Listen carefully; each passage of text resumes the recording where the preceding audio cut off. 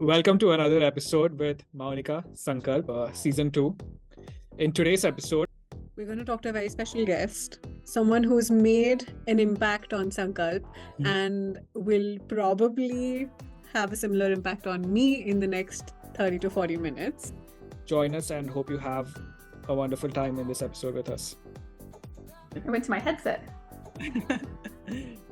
Oh, hey. How's it going? Well, firstly, formal, welcome to the podcast, and thank you so much for giving us your time. It's so nice to see you after a really long time. How are you doing? I'm one tired mama. I have a 4-month-old now and the 2-year-old. Oh, wow. One was okay. You don't sleep with two.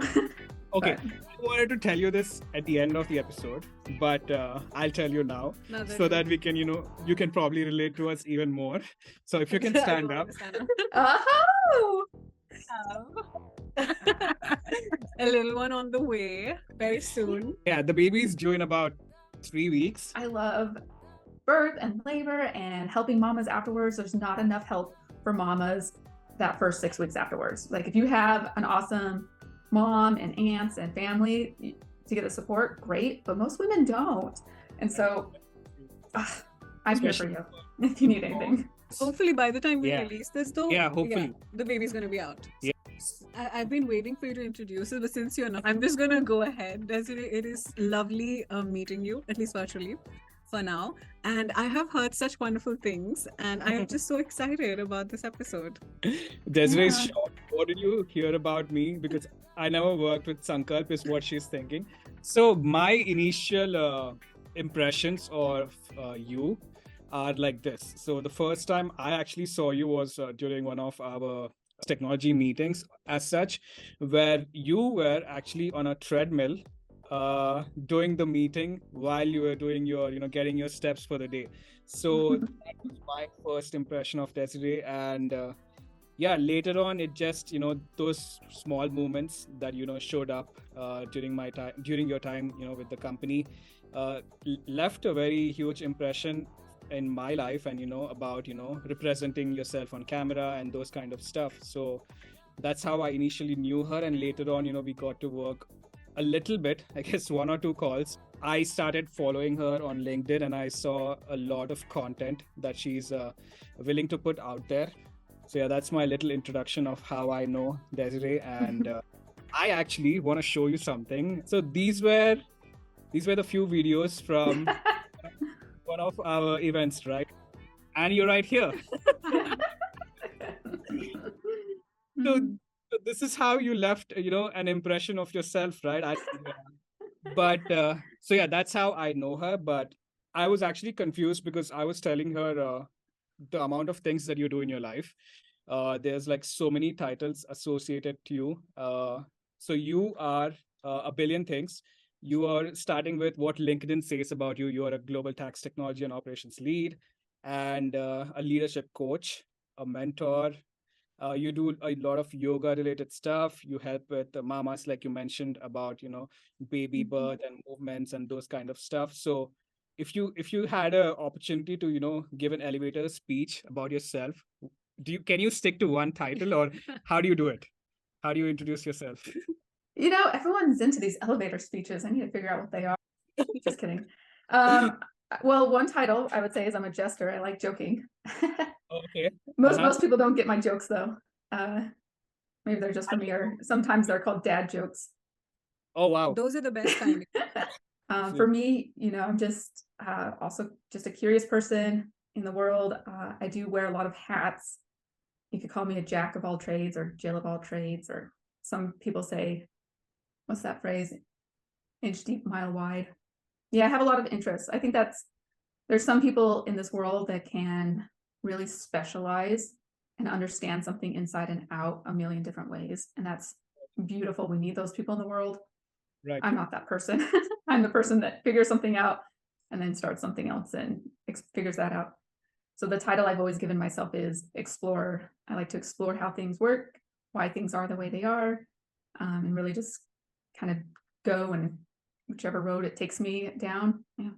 That is so nice to hear that you consider yourself a jack of all trades, because for majority of my life, and this is actually something I wanted to put out as content, for majority of my life, I have a negative connotation about being a jack of all trades. And later, only in like last year or something, I got to know the second half of that quote. Do you know what that is? Master of none. No, What is there's it? there's actually a What is little. it?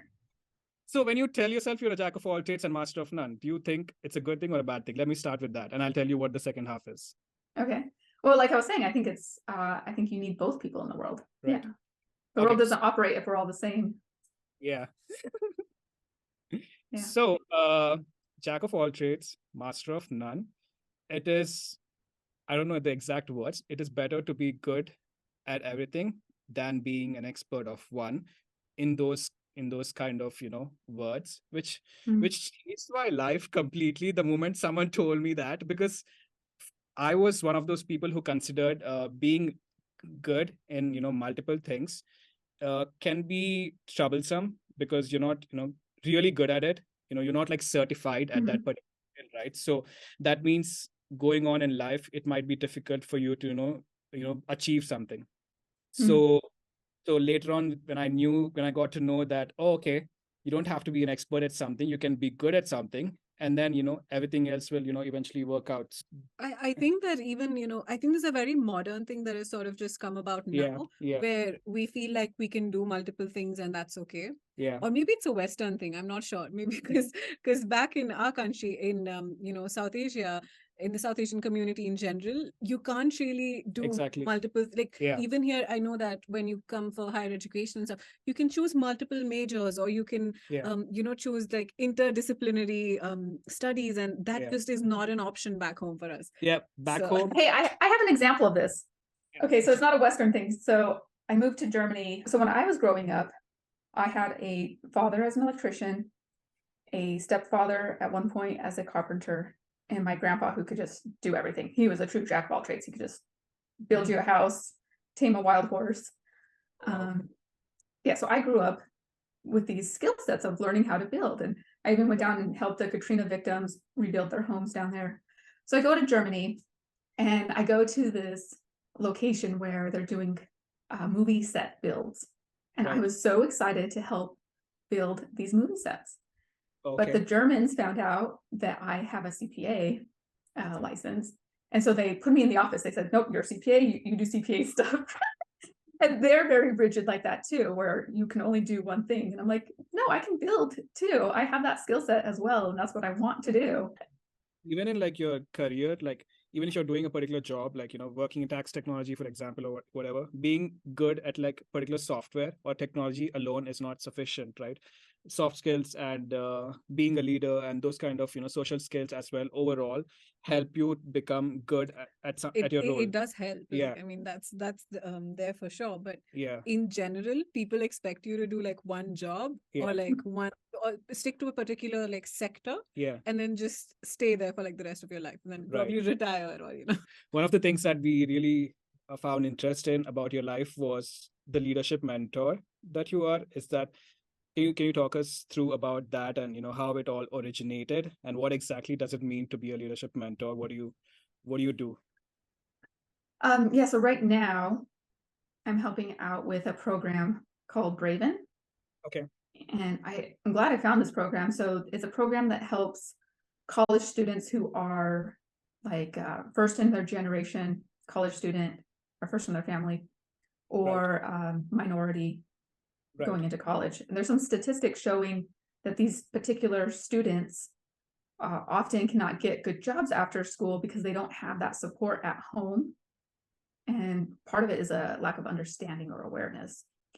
It hit home to me because I would fit that category, both from I was first generation to go to college in my family, and Right. I don't feel like minority, but I am minority. I was definitely discriminated against growing up. If I look back, and there's still discrimination there. And then also, I guess, being a woman, which I also don't consider being minority, but it is. Yeah. So it just hit home to me because I didn't have a mentor, and I didn't know the business world. I didn't know what, Big Four meant. I didn't know what Fortune 100 meant. Right. None of that was ever talked about in my home growing up, or what entrepreneurship is. It's all foreign topics to me. So even being able to go into college, a lot of times you're not taught those things in college either. You're doing your calculus and learning calculus. You're not learning about what the real world is really like out there. Right. So being a leadership mentor and coach to these students has been really enriching and rewarding for me to help them, understand what's out there. No matter what field they're in school, there's numerous jobs that they could end up in, and how can they land the one that they want. I think I'd really like to coach more people who are younger in their careers and kind of knowing their dharma, if you want to talk about yoga, kind of knowing their place, especially in today's society where you get online and you think everyone's making millions of dollars by working for themselves. And it's like, no, they're not. You're seeing, the 0.001% of people who are making millions from working for themselves. And I had two things that come to my mind. One thing is, so you said, even are you saying that even in the US or in the Western part of the world, like the education system is not sufficient enough to train you with everything that is required, and that's why you feel being a leadership mentor is providing these students, with the right tools, I guess. Yeah, those blind spots that you think even like in US. I will agree if you say that for India, like, the college or the school system there is having a lot of blind spots. They do. But is that the same case here as well? Education system's a big topic for me that I'm very passionate about. I don't think our primary or secondary education systems are equipping adults. Kids aren't turning 18 and all of a sudden equipped to be making big purchases or making big decisions in the world. I've had to coach people in their mid-20s just on what interest is. An educated, quote unquote, educated, gone to school person on what interest is. And so that we're failing our people in that manner. Yeah, go. That you say that because we are still trying to figure out the financial side of doing things, like what is the best way to invest, and Yeah. I don't know if it would have been helpful if you did some major in accounting and finance and those kind of stuff. A lot of the times, I think people can't really make that connection between Right. what we're What you studying in learn, school and then yeah, what's actually happening in the real world. Yeah. Yes. Even last semester, since I'm still in school, so last semester, one of our professors said that, the curriculum requires that I assign you like papers and that you have to do like these long like reports and stuff to submit. But the truth is, once you go out there and have a job, the more concise you are in your writing, the better it is. So it's, the irony of it is just contrary to of office decorum, handling themselves on meetings, emails, how to write emails, like you said, being concise, how to fit all the pieces together, like what's the purpose of your meeting or your email? What's applicable? What do people need to know from it? Right. That skill set I see lacking even in people who've had 10, 15-year careers, of being able to get to the point nicely. That goes back to my question of when, I think it's just throughout your life, you need to have a leadership mentor like that, I guess. Because for me, it was my parents in the initial stages of my life that, who I looked up to. And, those are the people who I guess are my leaders or influencers of my life. I just blindly listen to what they have to say because, they have their life experiences. But when do you think, is there an ideal time for someone to have or look up to a proper mentor or leader? I was actually thinking last year about setting up something for high school students. Right. I think there's a lot of life coaching that can be done in high school, especially preparing them. Well, and talk about their hormones, one thing, but especially preparing them for life after high school and knowing what they should do. Not everyone needs to go to college. Is that right for you? What degree should you study? Are you making these decisions because of external or internal motivations? Are you making these decisions because you're wanting to do it, or you have someone else who's pushing you to do it? Right. So just trying to help them set themselves up to know their true values, their true desires and work through any of the nuances of how, conflictions that they have with doing their desired career route, and what that means. That's interesting because you said, because from where I come from, it's very important to understand who is a true leader and who is not, because sometimes the people around you can be a bad influence as well. The things that they have to advise or suggest you could be toxic, and they are not they're not a perfect example of a true leader. So, like I said, it's important to differentiate what to take and what not to take also, right? That's true. Yeah. Yeah. So you help your students become a leader themselves through this training, or what is your goal at the end of it? Yeah. I'm going to touch on something else you said. Okay. So I think that's a reason why we don't have certain curricula in high school, is Right. because parents are very leery of what's being taught to their kids. And rightfully so. I mean, there's different, different ways to see the world, different mindsets to have. Now, a coach, helps you weave through those mindsets and see your different perspectives, the good parts of your perspectives, the bad parts of your perspectives, and helps you kind of take a third person view of your situation to get to those positive outcomes. So the coach wouldn't be advising, if you think of like a mentor, a coach, a consultant, and a therapist, right? Those are all different types of objectives. So the mentor is more helping guide you through where you're trying to get to, or the consultant's doing the work for you. The coach is really just helping you be inquisitive of yourself and understanding why you're making the decisions you're making, and kind of untangle that. So they're an unbiased person to talk with on different challenges that you're facing. And then the therapist, I think of the therapist as more, working on past trauma, for example. So it's working on your past, trying to get to a neutral state. And coaching is more working on the future, trying to get to, those positive outcomes or goals. Right. So to answer your question, what do I work with the students, or even just coaching clients? It's just that, they're the experts of themselves, and helping them see that, helping them build their confidence and make the decisions that are right for them. It's their decisions, and just making sure that they're confident in those decisions. Okay, so it's up to them what they become eventually. So they can themselves become a leadership coach eventually if they are able to see things from different perspectives. Like, I guess it goes back to the first thing that I said. I look at that one quote about being a jack of all trades and master of none in a different way.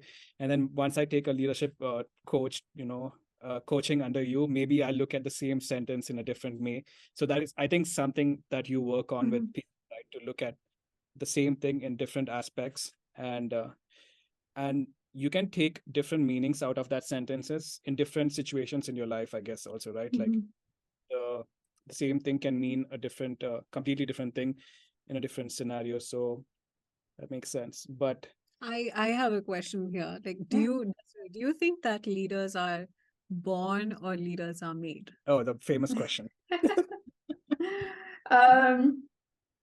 I think there's both nature and nurture involved in that, and I'll say that from a mom perspective, like looking at my girls, they're so young. They're only 2.5 and 4.5 months.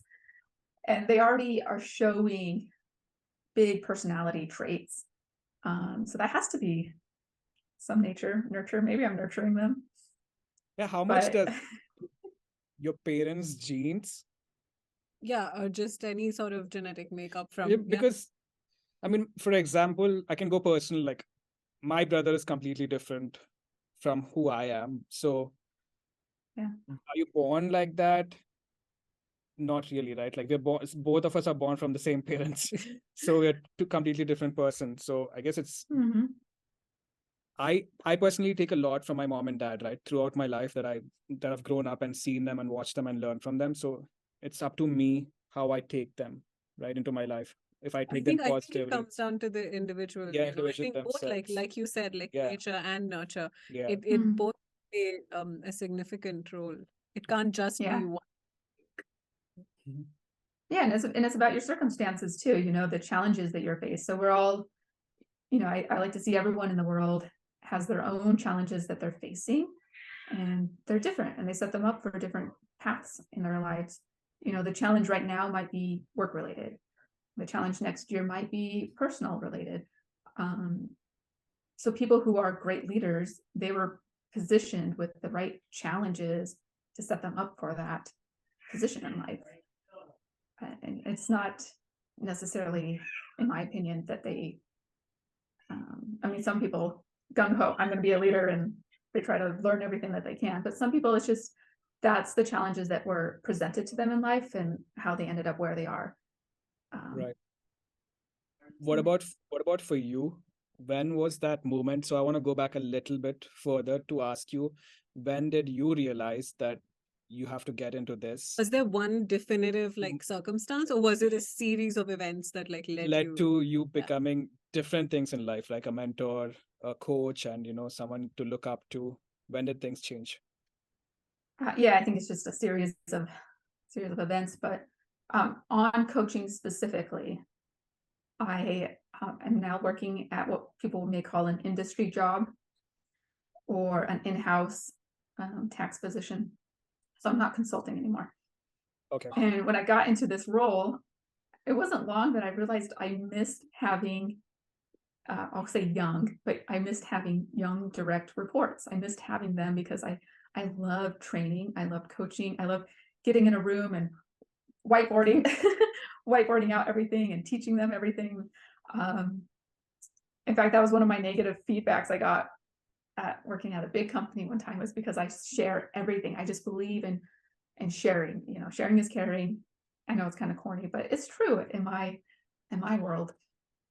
And it was a negative feedback because I shared everything. People would always steal my ideas, and I never got credit for anything. Or, well, I did get credit for some stuff, but there was more of a cutthroat environment where people would take my ideas, and I wouldn't get any credit for it.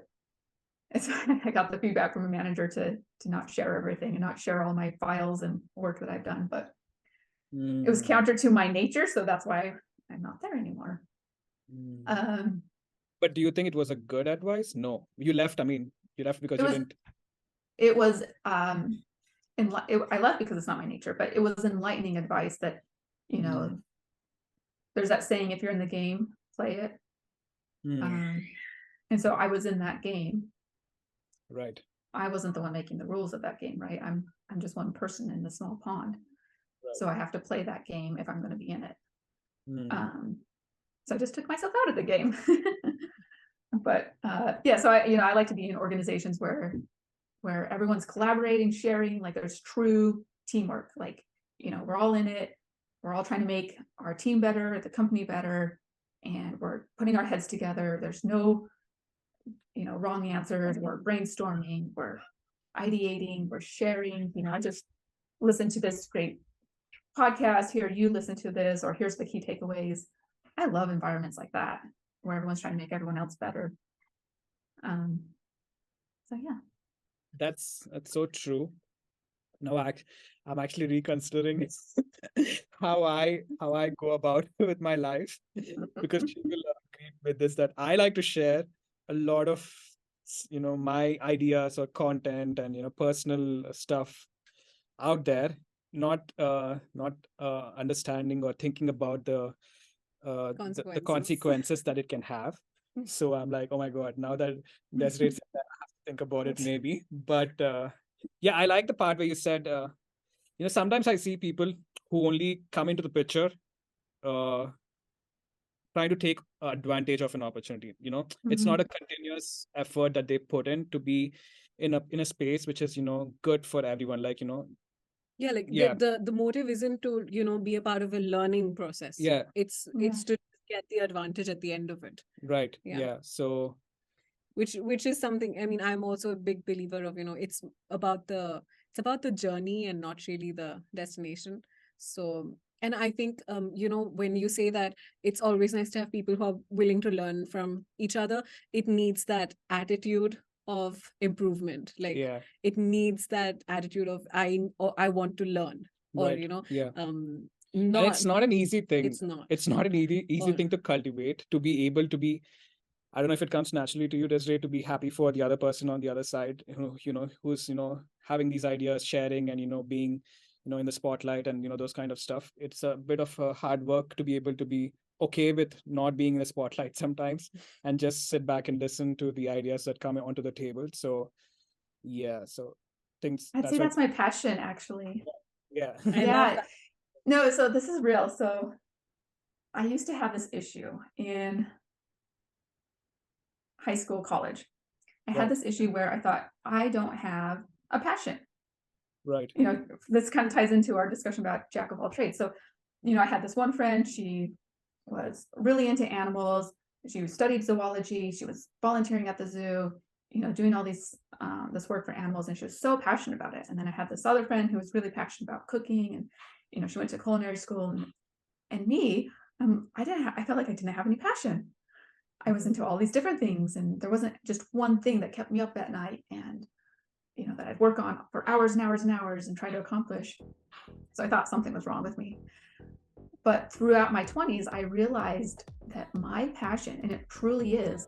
All right. So if you're enjoying the episode so far, please make sure that if you're listening on Spotify or Apple Music or any other streaming, platform, make sure you're following the channel, and please do follow it so that you can look forward to another episode from us. And please leave a review if you enjoyed this episode.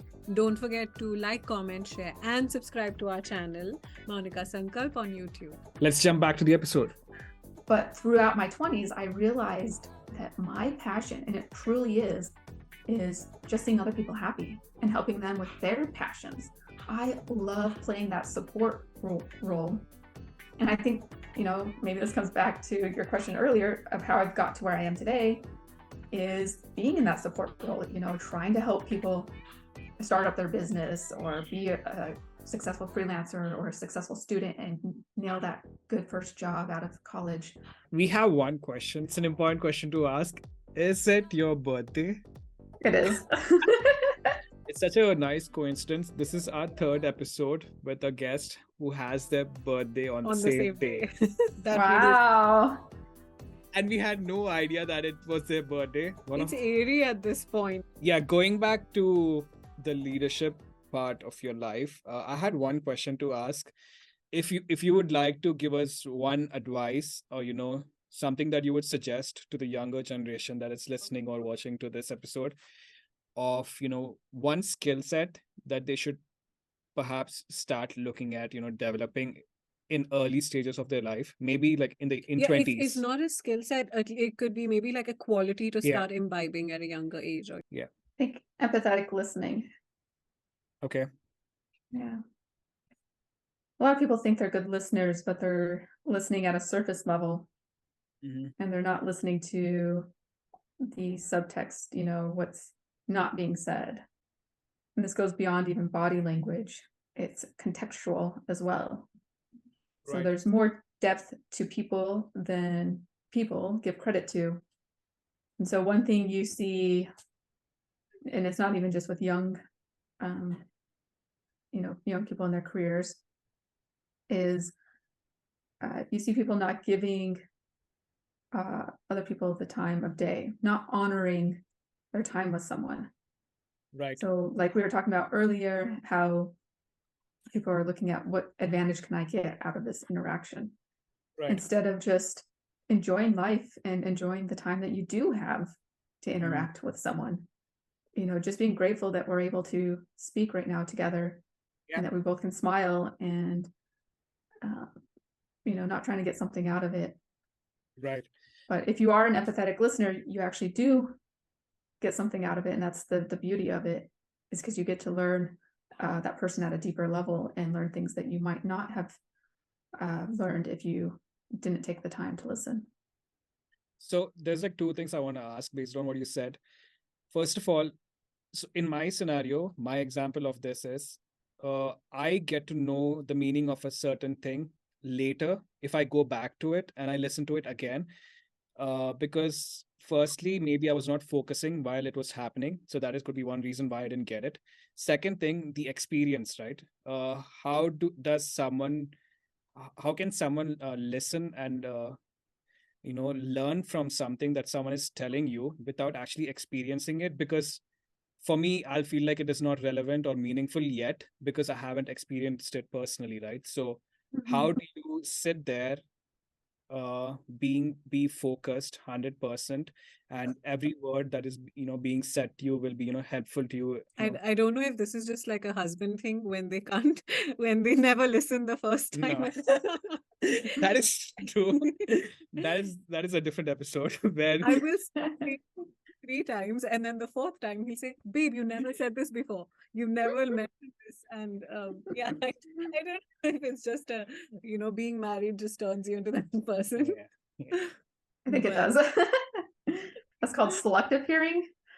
I think so too.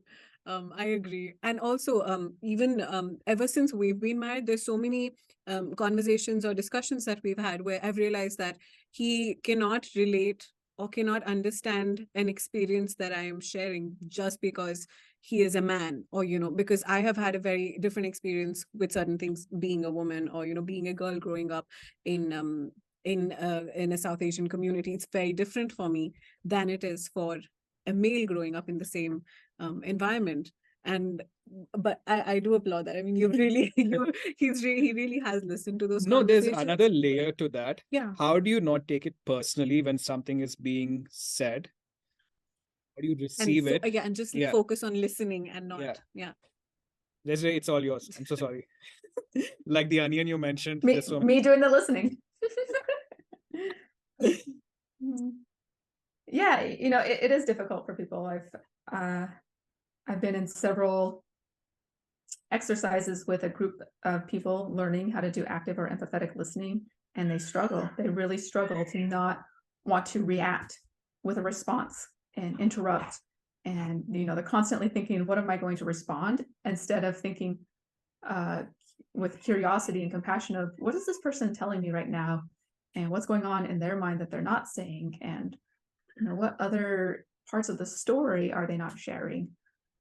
So it's just a different mindset when you're listening, and people do struggle with it. They struggle with not being able to react, instead of just sit back and try to be curious about the person. I feel like Desiree is actually giving me some coaching right now because I keep interrupting her and I keep saying things that come to my mind instead of focusing what actually you're saying. So I'm gonna take a take a small lesson. Yeah, that is something to think about. And Right? I think empathetic listening is really a game changer. When I was younger, I always thought that there was, just like you did similarly, because my parents, they focused on, hard work being important. But at the end of the day, they'd always say your mental health and your happiness is the most important thing, which made me feel out of sorts with the rest of my friends and everyone, because the environment was so competitive, still is that way back in India. And I would feel like there's something wrong with me because I'm not competitive enough, or I don't want to see someone lose just so I can win. I want everyone to win, or I feel like there's enough pie for everyone to go around the table. It's just not about one person winning and then everyone else being like, that's what winning means essentially, right? So you have winners and then the rest of them are non-winners, or for lack of a better word. It always made me feel really separate from the crowd. But and I started putting like an internalized pressure on myself, that, oh, I have to be this way to sort of keep up with the rest of my class or with the rest of my peers. And after I hit age 20, I started realizing that, hey, maybe my parents were right. maybe that they were, they were onto something. And ultimately that pressure just breaks you. And it's more important to stay true to yourself instead of succumbing to that peer pressure or academic pressure sometimes. And being empathetic is something that helps you with that, making it not just about yourself or believing that everyone has a place at the table. Yeah.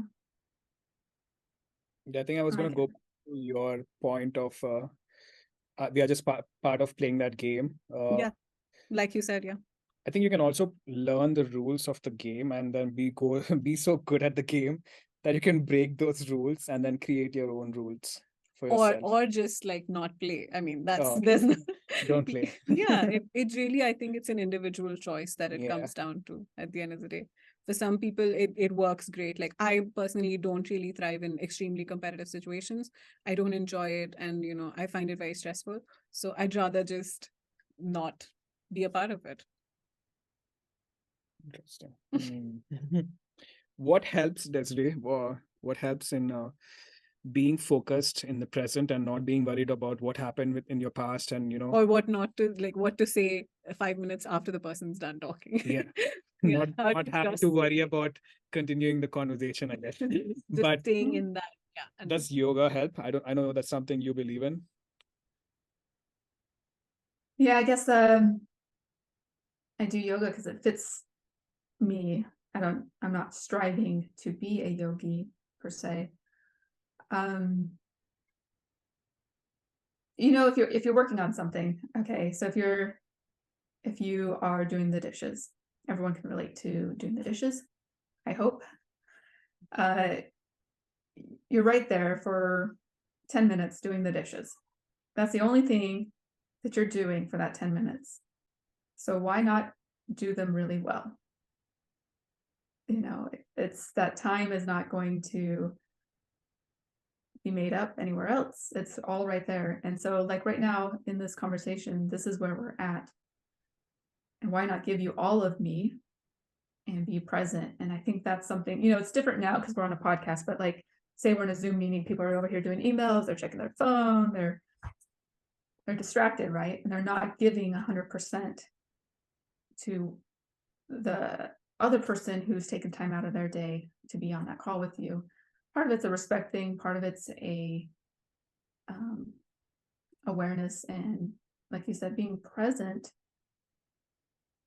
can have different flavors. Someone could argue that I'm being present talking to you and having this chat over here, or talking to you and fiddling, drawing on a piece of paper. So that comes down to, well, what are you trying to maximize? And I think for me, I always want to maximize human interaction. Authentic human interaction to me is priceless. That's something that you don't get for free, right? You can't just, it's not in a book to read. It's not in in the store to go buy. This time that we're having together is very unique. It will never happen again. Mm-hmm. And so I should honor it, and I should be here with you, fully with you. And so that kind of couples in with that empathetic listening and being present with people. That's something that everyone can learn from, because people think multitasking, even in conversations, is beneficial to their life, but I think it's actually damaging to their life. You are really good. I see what you mean. I see. From the way I started this podcast to the way I am right now, I feel a completely different change. I don't know if you were intentionally doing this. No. Because I can feel like myself composed and not focused on the next question right now. I'm listening to you. Yeah, when you were speaking just now, I sort of immersed myself fully into it, and just especially when you said that human interaction is priceless these days, 100%. Like I could not agree more. And I also think it's a visual thing because you're looking straight at us and I can't look at anything else. It's something that you believe in workout as well, right? Yeah. Mind, body, and the mind body, the and the mind soul muscle connection. Yeah. So, wow, I just lived through it. The other thing I was going to ask, go ahead. I was going to say that in such a brief interaction, Desiree's had this like impact on me, where I've thought about something, and you've had like multiple interactions with her, and I always thought, oh, but it's like such a small interaction, and yet you've made such a huge impact on his life, or Quality. in his perception, in a way. Mm. And I guess that's what makes you a successful leadership mentor, Yeah. because you have that ability to make that change, I guess. Yeah. It's interesting that she used the word impact because I'm looking at a certificate which actually says my catch of fire impact, the total impact that you made in dollars or whatever. So that's a nice word that Yeah. you used. The other thing that I wanted to talk about, a little funny thing is, do you have a video camera in our apartment by any chance? Because just yesterday, I was doing the dishes and I was watching something on YouTube. And then she noticed me doing that and she was like, what is wrong with you? There's something, because I never did that. That's something I did do because she's usually at college and I don't have a company, right? So I like to, watch something and, get my task done quickly. So it's uh, it's strange that you gave me an It example of looked that. up, Yeah, absurd that to little me. 24 hours ago that happened, but that made a lot of sense to me. I don't know if it makes sense to anyone else listening to this podcast, but it helped me look at certain things differently. So I wanted to take a moment to thank you for making me have that moment. Yeah, So, talk about consultants. This is kind of my perspective. Here's me putting on my critical hat. If you don't have your camera on, you're not contributing, especially as a consultant. I don't think you should be billing the client, right? So it's talk about being present, because you're not really present, even though it's taking up time of your day because it's on your calendar. You weren't providing value. You weren't doing any value add. So either you're taking notes and afterwards you're going to send out these amazing notes to everyone, or your video should be on and you're asking questions and you're, being a contributor to the conversation. I don't know if you're doing that, but just a note for all the consultants out there listening. A very good point that you made, because I started doing that this year and I told you this. Yeah, at the beginning of this year. I think you have a camera in the apartment. You're watching. Think that Or is it just every person out there has the same problems and it's just how human life is, I guess. But that is something I started doing very consciously, even though it's not a requirement with my client. I want to have my video on because that human interaction and making sure I'm contributing to that particular meeting, especially with like work from home, right? Yeah. I actually laughed at him the other day because he got fully dressed, in like formals and I said, they can't see the bottom half of you. You can just put on pajamas, it's fine. And he said, no, I feel like when I'm getting dressed to present or speak to someone at a meeting, then I want to give my 100%. So I'm gonna get dressed I think fully. is it a digital respect that you get I don't having your video on? If you don't have it, feel like people are less respectful to you. Maybe they are friendly, but I think when they see you on video all prepared and professional and with a good background and all those kind of small details, then the way people interact to you also completely changes, I think. Yeah, in a way. I Yeah. guess. So going back to yoga, you think Yeah, that could you speak about that? Like, I am so eager to know this side of you, which is not just all about leadership and mentorship. And we've all seen how great she is at that in the last 30 minutes or so. But what about your other hats? What about your yoga? So yoga in general for me, I was introduced in high school. I've been just doing yoga off and on since then. It just resonates with me. I think I like to see the beauty in all different religions and cultures and ways of thinking and applying different aspects to my life. With yoga, and you're talking about like the yamas and the niyamas and the way of putting yourself out there. You can get very, very deep into it and philosophical and apply it in numerous places in your life. And I think it's a beautiful thing for people to study, just to even know that it exists. As far as the asanas go, critical for our longevity. We have the fascia throughout our body holding our bones and muscles together, right? Without that fascia, we kind of just fall to the ground for a good visual. And if you sit stiff all the time, you know, you're not working that fascia. So I want to be that. I have a few friends in my life who are 70 plus years old, and they're agile, they're doing sports. I want to be that person when I'm older. And I know I'm not going to be there if I don't keep myself limber. Okay, baby yoga.